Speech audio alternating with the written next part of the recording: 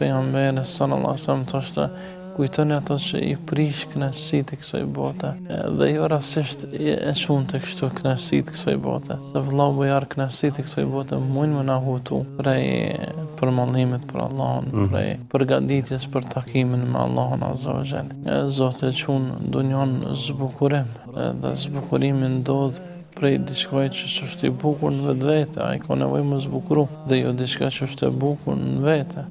Ndaj ky mashtrim, ky lloj zbukurimi, mund më qenë Zoti na ruaj faturat i humbje e xhenetit dhe humbje e kënaqësisë së Allahut. Prej këtu pejgamberi sa vazhdimisht i mëson të shokët e vet që të jetojnë në një jetë që po të jetojë tash do të vdesë, ai nuk do të dinte se çka me bë më prej veprave të mira. Se gjithë ato që është dashur me bë, ai e ka arrit. Dhe ishin të gatshëm në çdo moment ta lënë këtë botë.